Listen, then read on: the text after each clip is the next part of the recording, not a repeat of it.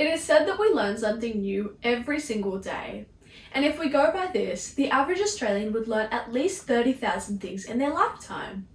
However, scientists believe that we can actually learn up to 10 raised to the power 25 pieces of information throughout our lives, and that is nearly 10 million times the amount of data on the entire internet. That's a lot of information, so how do we ensure that we retain and remember everything that we've learned weeks, months, and even years after we've learned it? Hey guys, it's Cherry and welcome back to my channel. So in this week's video, I'm going to be sharing some effective ways to retain learned information. But first, let's look at how we learn things. So when we learn something new, we are creating connections between neurons to form neural pathways. And as we revisit the information, we are strengthening those pathways. And the stronger these connections become, the better you'll become at a particular skill. If we refer to Bloom's taxonomy, we can see that learning can be broken down into several stages.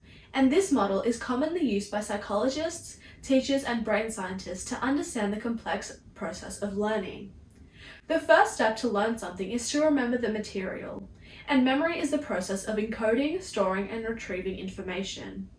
Encoding means to convert something into a form that can be stored, and the second step, storage, is the retaining of the encoded information. Finally, retrieval is the process of remembering stored info. Now, according to the Atkins-Shiffrin model of memory, there are three main stages in this process, and these include sensory, short-term, and long-term memory. So firstly, sensory information picked up by your sense organs is sent to your sensory memory via the afferent nervous system. And your sensory memory is like a split-second holding tank for all incoming sensory inputs. The information is only stored here for a few seconds, so it will be deemed useless if we do not pay attention to it, and therefore it will be lost forever. However, if we do pay attention to the info, it will move to short-term memory. Here, we can only retain about 7 pieces of information for approximately 20 seconds. So if we concentrate on this and pay further attention to it, the information will be encoded and moved to long-term memory. Your long-term memory is like a limitless store of information, including facts, events, and actions. And when we retrieve something from long-term memory, it is brought back to your short-term memory so that it can be used. If information in long-term is not regularly revisited, it can be forgotten. So for example, when you listen to a new song, your ears will pick up sensory information and send it to your sensory memory via the afferent nervous system. If we pay attention to the song, this information will be sent to short-term memory. If we further concentrate on the lyrics, it will become encoded and sent to long-term memory. So whenever you hear this song again in the future, the lyrics will be sent from long-term back to short-term memory so that you can sing along. Now, the next 5 stages of Bloom's taxonomy require you to revisit the information in various methods to further your learning and to ensure that you don't forget it. Going back to our previous example, if you don't hear a song for a long period of time, it is likely that you will forget it, even if it has been encoded into your long-term memory. So this is why it's super important to revisit and practice all of the information that you learn. Now, there are several ways of practicing and learning information, and some of my personal favorite methods include: Number 1, actively reading. And this involves taking note of unknown words, highlighting things that you find interesting or that you're unsure about, as well as summarizing the text once you've read it. And I find that this is super important in content-heavy subjects, for example, bio and psychology, because you will simply not retain any information if you simply read the content just once through. Another thing that I like to do when I'm actively reading is I like to read out loud because it forces me to pay more attention and therefore retain more knowledge. My second tip is to take notes, and I often like to use different colors and different fonts to highlight and emphasize key points, as well as use diagrams to break up the text and further explain the concepts. I think that diagrams are essential in biology and other science-related topics and subjects because there is so much content involved, and pictures really do tell 1,000 words, so I would definitely recommend that. Now, in terms of digital versus physical notes, I personally find that I retain more information when I handwrite my own notes. However, it's completely up to you, so I would suggest trying both ways and seeing which one works better for you.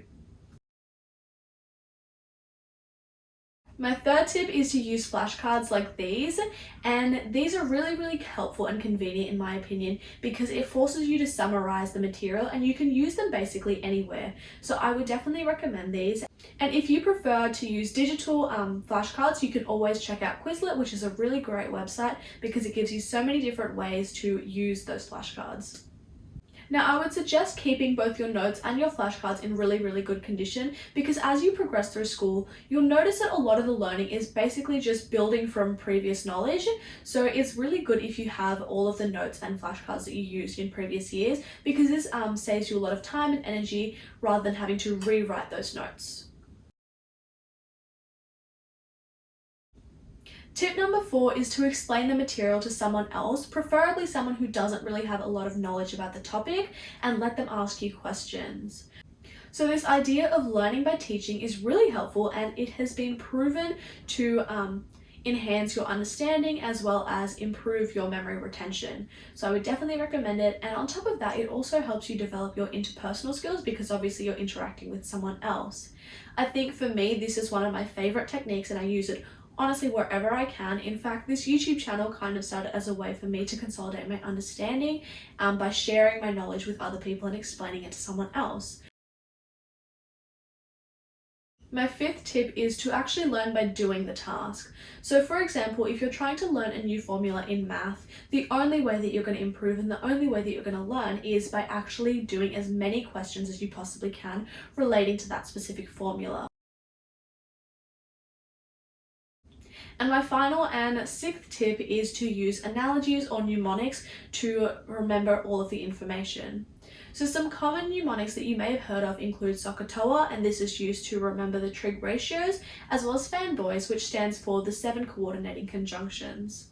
I find that analogies are also super useful because they help you to relate ideas and concepts to real life, and this makes them a lot simpler and a lot easier to understand and remember.